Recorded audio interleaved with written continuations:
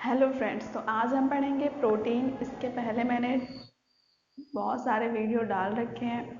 आप उन्हें जा कर के ज़रूर देखिएगा और बताइएगा कि उस वीडियो में क्या इम्प्रूव करने की ज़रूरत है और आपको वो वीडियो कैसा लगा। और उसी के साथ ही हमारे स्टडी मूवमेंट चैनल को ज़रूर सब्सक्राइब कीजिएगा, ठीक है, और लाइक भी। चलिए तो फिर स्टार्ट करते हैं प्रोटीन। अभी प्रोटीन जैसे मैंने आपको बहुत सारे विटामिन्स पढ़ाए, इसके पहले मैंने पोषक तत्व पढ़ा रखे हैं। तो हर जगह यूज हो रहा था प्रोटीन का। तो प्रोटीन होता क्या है, मिलता क्या है इससे, ये सारी चीज़ें पता होनी चाहिए। क्योंकि प्रोटीन से, जैसे प्रोटीन क्या होता है बोलते हैं, बहुत ज़्यादा जो पाया जाता है सोयाबीन में पाया जाता है, और उसके लिए हमें दालें हो गई और एग हो गया, इन सारी चीज़ों को खाने के लिए बोला जाता है। तो उसी के साथ भाई प्रोटीन क्या होता है, तो प्रोटीन जो होता है ये ऊर्जा, एनर्जी का सोर्स होता है, ठीक है। तो क्या होता है, प्रोटीन हमारे शरीर में पोषक तत्व के लिए आवश्यक होता है, ठीक है। क्या बोलेंगे?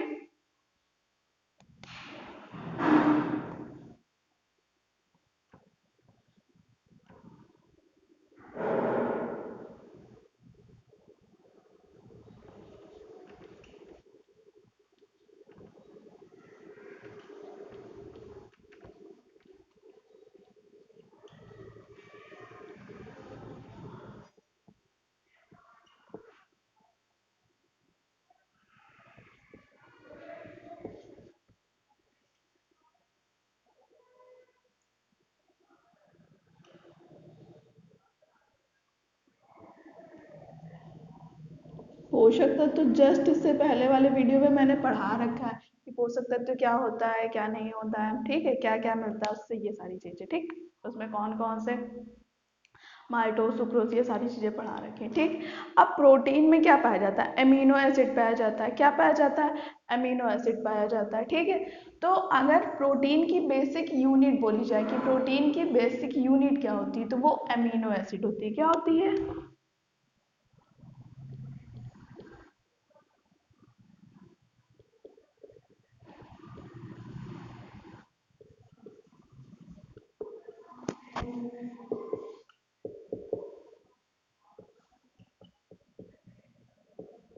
ठीक ठीक। अब जैसे अमीनो एसिड क्या होता है, जो अमीनो एसिड होता है, 20 अमीनो एसिड से हमारे एक प्रोटीन का निर्माण होता है। जैसे ये हमारे ढेर सारे क्या हो गए, एमिनो एसिड हो गए, ठीक है। तो इस तरह से 20 जब पूरा ग्रुप में होगा, 20 जब पूरा ग्रुप में होगा तो उससे एक प्रोटीन बनेगा। अब जैसे ये वाले इस तरह से जुड़े होते हैं हर कोई, ठीक है। तो इन बॉन्ड को क्या कहते हैं, इसे हम पेप्टाइड बॉन्ड कहते हैं। क्या कहते हैं?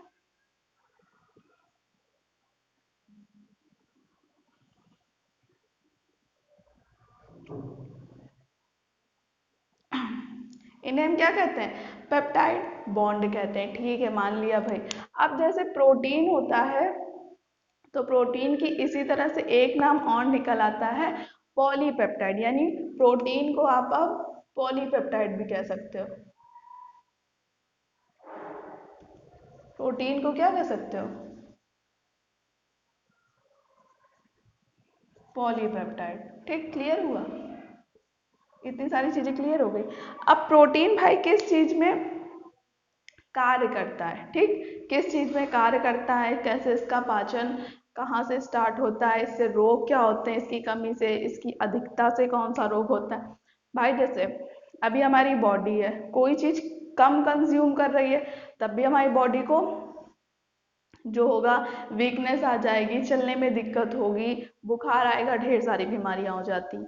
अगर किसी चीज का हम यूज जो है यानी खाने में ज्यादा कंज्यूम कर लें तो उससे भी दिक्कत है। अगर आप बार बार खाना खा रहे हो तब भी आपकी बॉडी को नुकसान करेगा, और अगर आप जितना लिमिट है उससे कम भी खा रहे हो तब भी आपकी बॉडी को नुकसान करेगा, आपको ढेर सारे रोग होंगे। तो ज्यादा से भी जैसे इंसान का फैट बढ़ जाता है तो फैट से भी दिक्कत हो जाती है।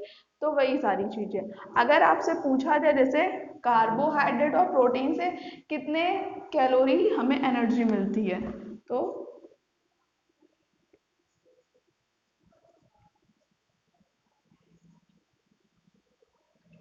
कार्बोहाइड्रेट प्लस प्रोटीन से तो हमें 4 कैलोरी एनर्जी मिलती है। लेकिन अगर उसी तरह पूछा जाए लिपिड और फैट से, किससे,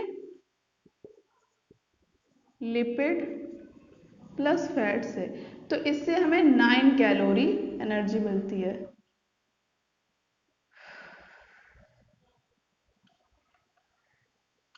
ठीक, क्लियर हुआ कि जो हमारा कार्बोहाइड्रेट प्रोटीन हो जाता है उससे हमें 4 कैलोरी एनर्जी मिलती है यानी ऊर्जा मिलती है, और लिपिड और फैट से 9 कैलोरी हमें ऊर्जा या फिर एनर्जी मिलती है। क्लियर हुआ इतनी चीज। अब हम देख लेते हैं भाई ये बनता किससे, मतलब प्रोटीन जो कार्य होता है इसका कार्य क्या होता है।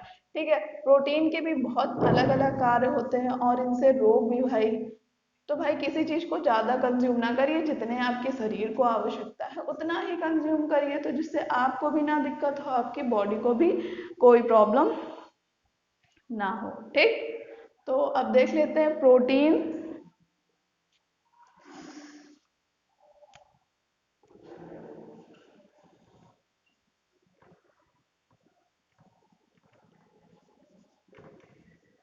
तो पहला कार्य तो क्या करता है,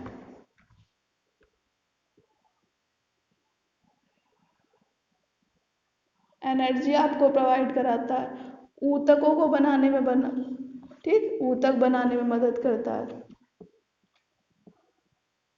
और क्या करता है, आपके जो घाव हो जाता है, घाव यानी आपको आपके शरीर में कुछ भी लगा तो उसमें क्या घाव हो जाता है, तो उसके लिए टाइम लगता है उस घाव को फिल होने में, भरने में, तो उस घाव को भरने में भी प्रोटीन मदद करता है।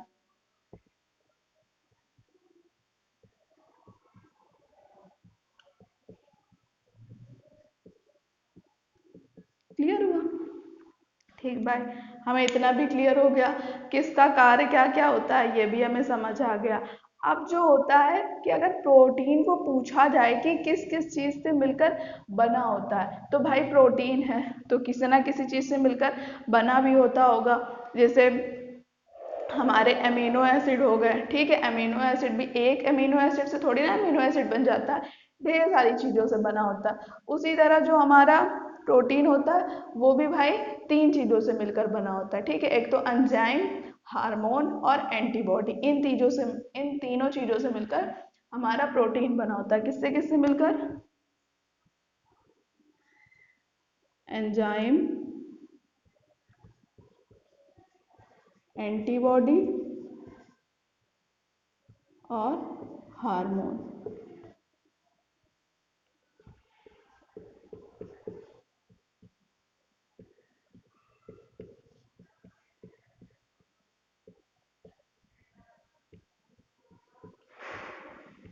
ठीक, हमारा प्रोटीन बनता है। ठीक है, मान लिया भाई कि इन सारी चीजों, तो ये कौन सी, ये 3 चीजों से मिलकर,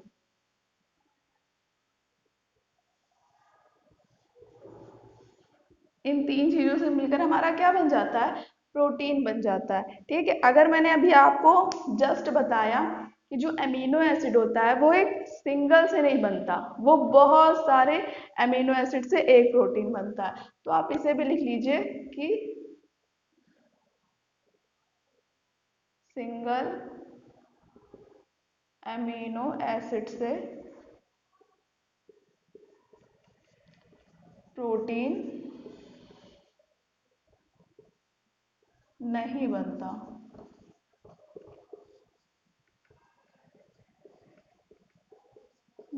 बहुत सारे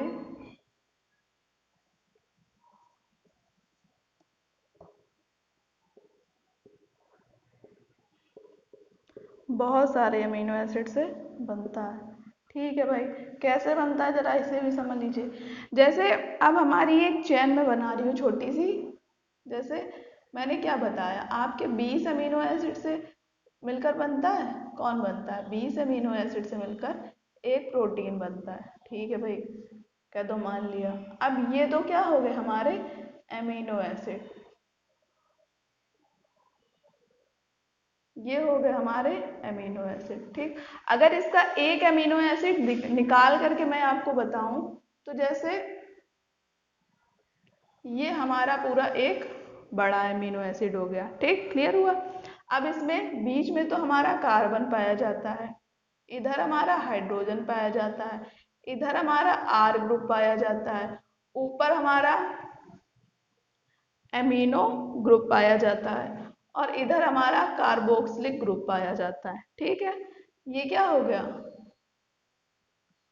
एमिनो ग्रुप, ये हो गया कार्बोक्सिलिक ग्रुप, ये हो गया हमारा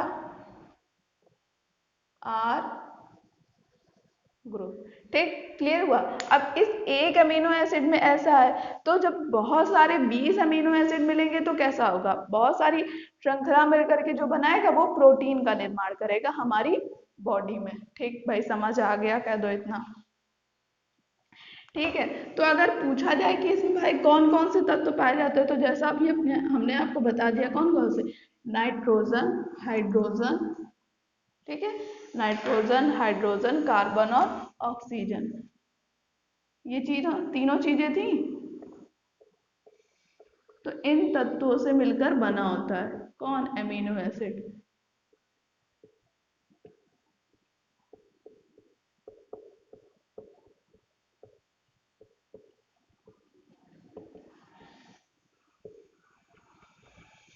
क्लियर, ठीक भाई, क्लियर।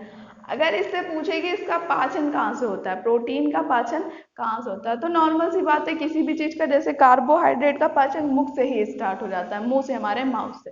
तो अगर इसका पाचन पूछे तो कहाँ से होगा, माउथ से ही पाचन स्टार्ट हो जाता है। ठीक, अब हमारे प्रोटीन की कमी से कौन कौन से रोग होते हैं, अमीनो अम्ल भी हमारे दो प्रकार के होते हैं, एक तो आवश्यक अमीनो अम्ल और एक होता है गैर आवश्यक अमीनो अम्ल। ठीक है, कौन कौन से, आवश्यक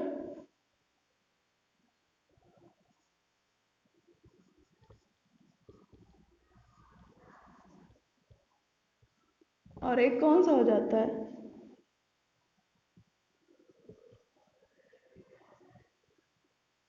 गैर आवश्यक अमीनो अम्ल।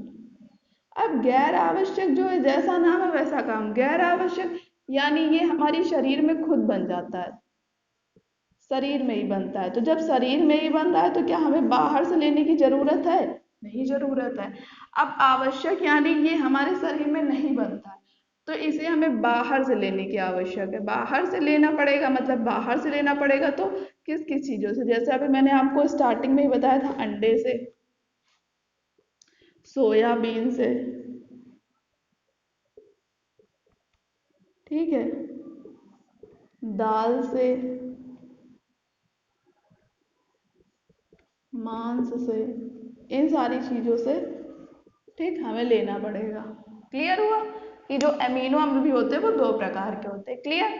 अब भाई इसका, इससे की अधिकता हो जाती है, किसकी अधिकता, प्रोटीन की अगर अधिकता हो जाती है तो भाई इससे कौन सा रोग हो जाता है, तो इससे दो रोग होते हैं, एक तो मेरास्मस होता है, क्वासियोरकस और मेरास्मस, दो रोग हो जाते हैं, कौन कौन से,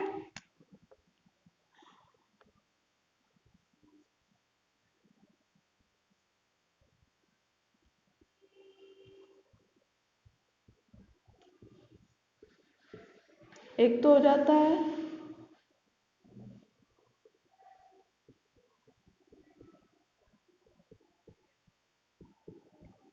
क्वाशियोरकोर और एक हो जाता है हमारा मेरास्मस। ठीक, क्वाशियोरकोर और मेरास्मस में क्या होता है भाई, ये भी समझ लो, क्वाशियोरकोर और मेरास्मस, क्वाशियोरकोर में क्या होता है कि ये मोस्टली बच्चों में होता है। भाई देखो, ग्रोथ कब तक होती है हमारी, जो बहुत ज्यादा ग्रोथ होती है वो बचपन में ही होती है, मतलब स्टार्ट में जब एक न्यू बॉर्न बेबी आता है, ठीक है, फिर उसकी ग्रोथ होना स्टार्ट हो जाती है, 15-16 साल तक उसकी सबसे ज्यादा ग्रोथ होती है, 18 साल तक मान लो। अब थोड़ी ना, मतलब जब बड़ा हो जाता है बच्चा 25-30 साल का, तब कोई ग्रोथ नहीं होती, ठीक है, मतलब बिल्कुल मिनिमम से मिनिमम होती है। तो इसमें क्या होता है कि बच्चे का जो पूरी बॉडी होती है वो बिल्कुल पतली हो जाती है और पेट बाहर निकल आता है। ठीक है, तो क्या लिख दोगे आप, शरीर पतला और पेट बाहर निकल आता है।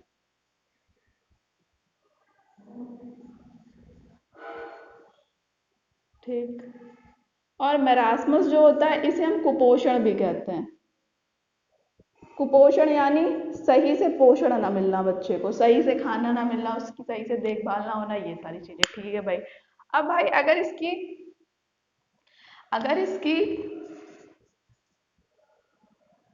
ये कमी से, ठीक है, रोग है, सॉरी बेटे, हाँ, ये कमी से, प्रोटीन की कमी से, अगर प्रोटीन की अधिकता हो जाती है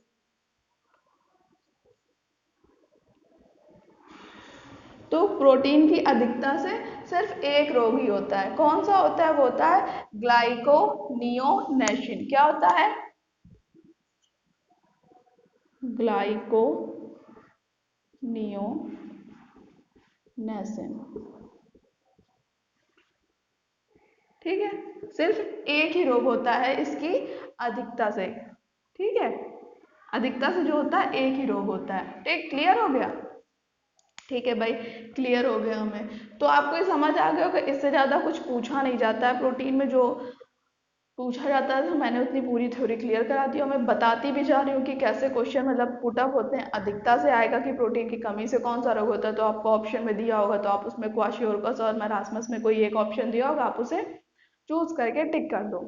कमी से भी बता दिया, सॉरी, कमी से हमारा क्वाशियोरकस और मैरास्मस होता है, अधिकता से हमारा ग्लाइकोनियोनेसिस होता है। ठीक है, क्लियर? अब आपको इतनी चीज क्लियर हो गई होगी, प्रोटीन पूरा आपको समझ आ गया होगा। मैंने बहुत एक नॉर्मल भाषा में या फिर इजी तरीके से समझाने की कोशिश की है। ठीक, तो आप चैनल को सब्सक्राइब कीजिएगा, वीडियो को लाइक कीजिएगा, और अपने फ्रेंड के साथ शेयर कीजिएगा, और ये वीडियो आपको कैसा लगा कमेंट सेक्शन में ज़रूर बताइएगा।